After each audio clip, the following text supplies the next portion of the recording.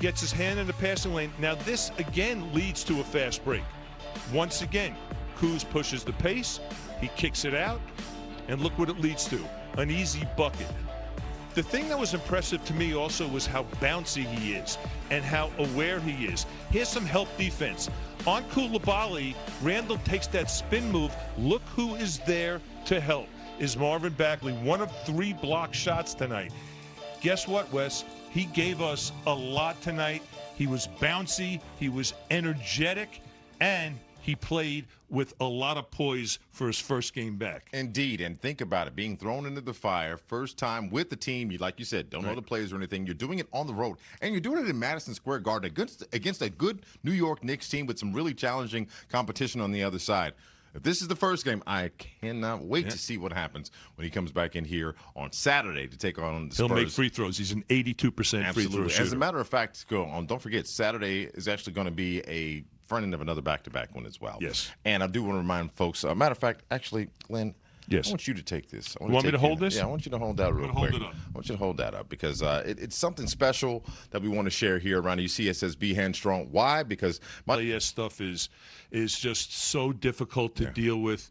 And the great thing about this, too, is that St. John's is in it, where he coached. And, everybody's behind him. He's so beloved. The guys I play ball with or used to play ball with, we call ourselves the old dogs. So many guys know him. Danny Harwood, who played with me in college, his son, Patrick, is very close friends with him and behind all of the support that he's gotten. So everybody's heart is with Patrick. Indeed. We always mention it being bigger than basketball, whether it's charitable, giving and community activation, and sometimes just supporting a member of our basketball family. So definitely going to look forward to that. But right now, Wizards fans, I want to give you our performance of the game right now before we head to break here on Monumental Sports Network.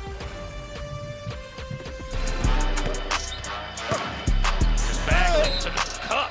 Count it.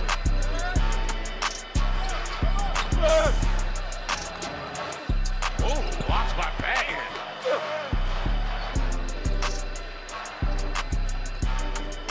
Bagley, second chance, offensive putback. Marvin Bagley III introducing himself to Wizards fans. Up to Detroit to take on the Pistons. But right now, let's go to the post-game locker room. The newest Wizard, Marvin Bagley III, ready to give his thoughts after tonight's performance.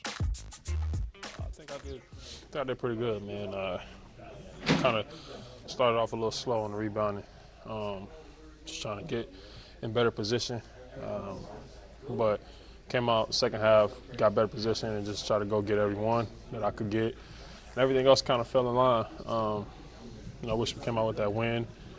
0 for 5 from the free throw line. I got to be better than that. Usually am, but it happens. Get back to it. But overall, I think I did pretty good.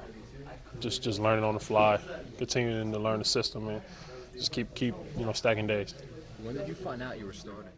Said he needed to get kick-started in the rebounding department. Yeah, he had 11, so I'll take that. But I do love the honesty in saying, hey, I was 0 for 5 from the charity stripe. I'm better than that, Glenn. But aren't you just so happy for him? Yeah. Here's a guy who was had an inconsistent role for the Detroit Pistons, and some games he played a lot, some games he didn't.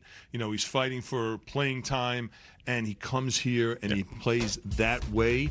Was so impressive to me. This is a former number 2 pick overall. Like, the talent that the guy has is there. That's why he was picked so high. Yeah. But what I love about it is the fact that he came into this team and this environment with an open mind and open arms, ready to do what was asked of him. And at the end of the day, when you're at this level, Glenn, and correct me if I'm wrong, you've got the instincts. It's just about learning to play, but you learn that later. But your instincts as a basketball player are there. You have the skill set. You've got the physique. Now it's just a matter of giving yourself the opportunity to succeed, and he did that with 39 minutes spent on the court. I also think he knows what he has to work on.